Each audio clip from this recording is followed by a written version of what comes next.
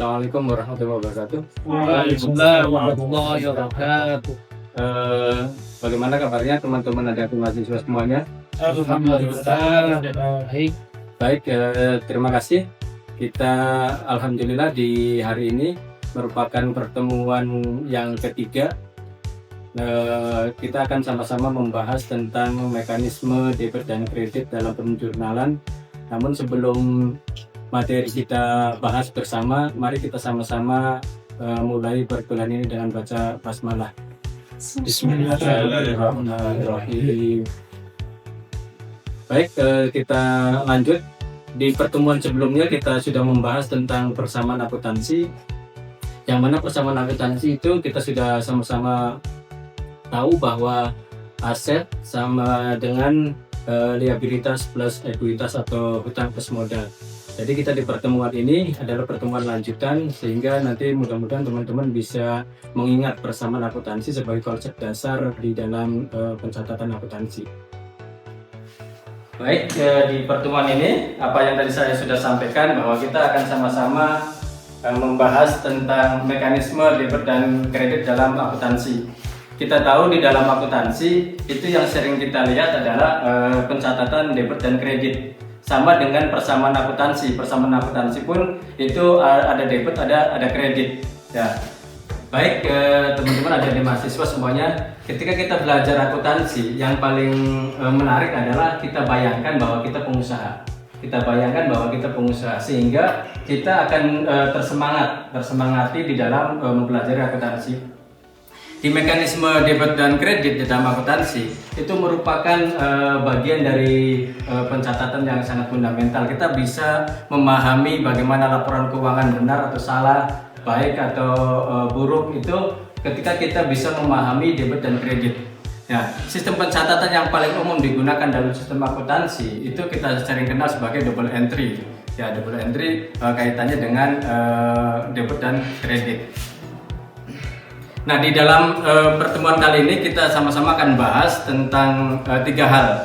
Yang pertama adalah aturan debit kredit, kemudian yang kedua adalah jenis-jenis akun, yang ketiga adalah pencatatan transaksi ke jurnal umum. Nah, di dalam aturan debit kredit itu sesungguhnya bahwa kita akan mengetahui kapan akun itu dalam posisi debit, kapan akun itu dalam posisi kredit. Nah, kita akan mengetahui itu ketika kita mengetahui jenis-jenis akun.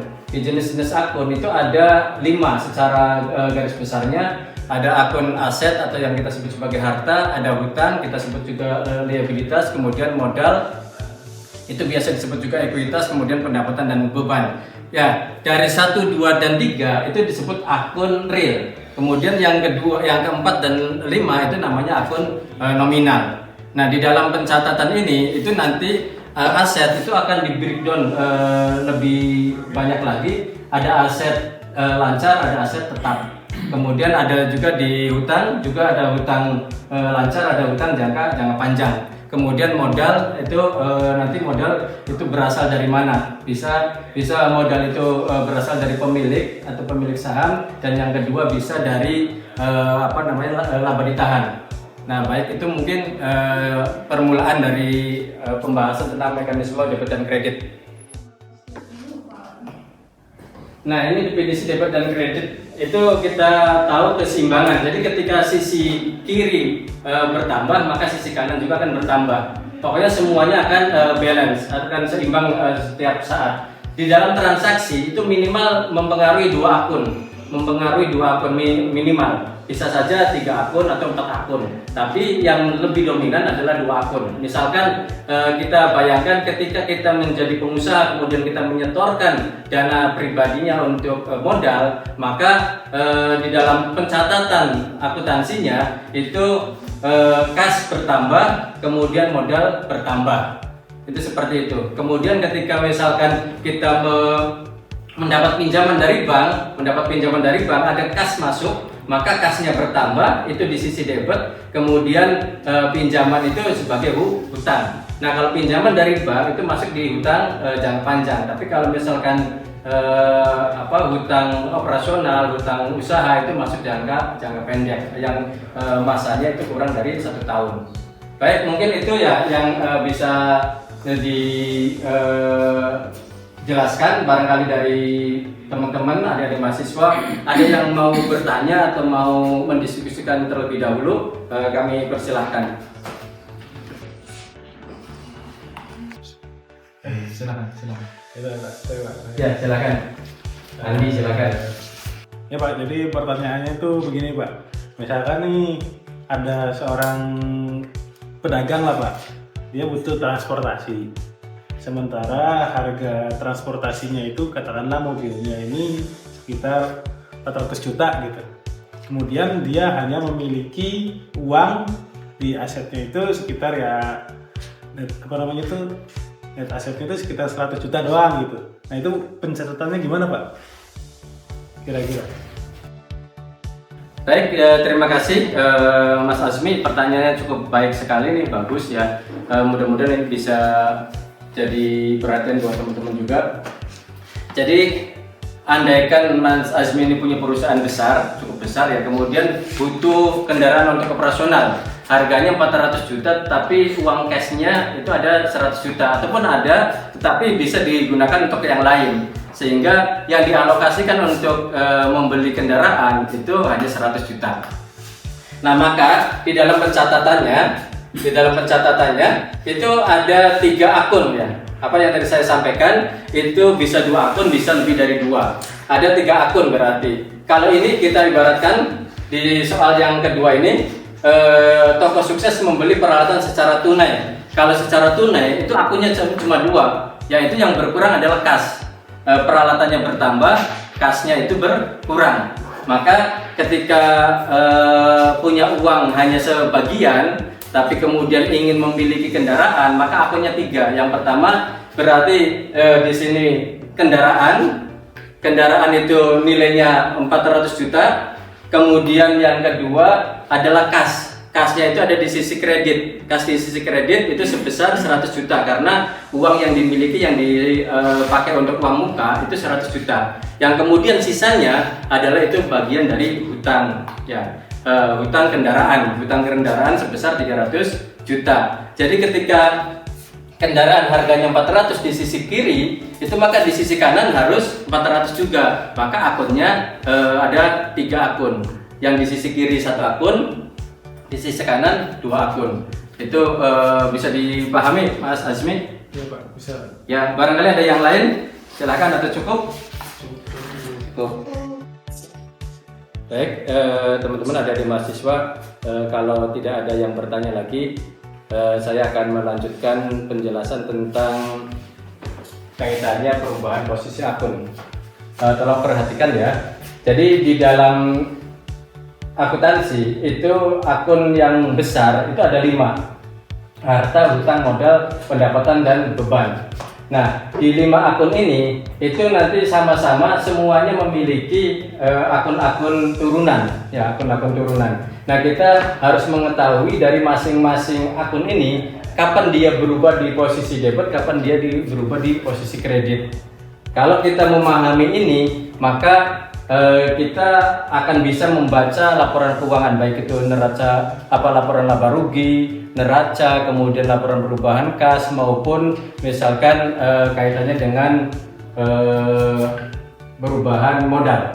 Ya, baik, kita ke yang pertama dulu. Yang pertama adalah harta. Harta itu ketika bertambah dia akan ada di posisi debit. Harta itu terdiri dari misalkan ada kas, ada piutang, ada peralatan, ada persediaan, ada perlengkapan. Kemudian ada juga yang kemudian harta tetap, itu ada namanya peralatan, ada kendaraan, ada tanah, ada bangunan.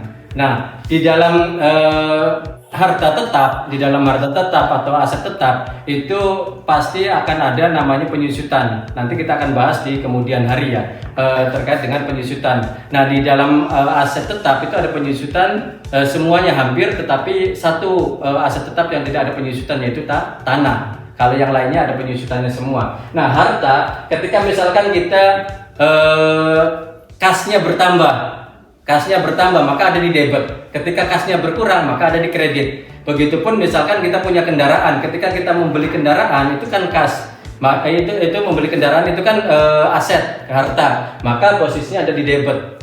Yang dikreditnya apa ya nanti tergantung dia, kalau misalkan posisinya dari kas berarti kasnya kredit dan lain sebagainya. Pokoknya ada perubahan harta itu posisinya ada di debit dan di kredit. Ketika bertambah dia di debit, ketika berkurang dia di kredit.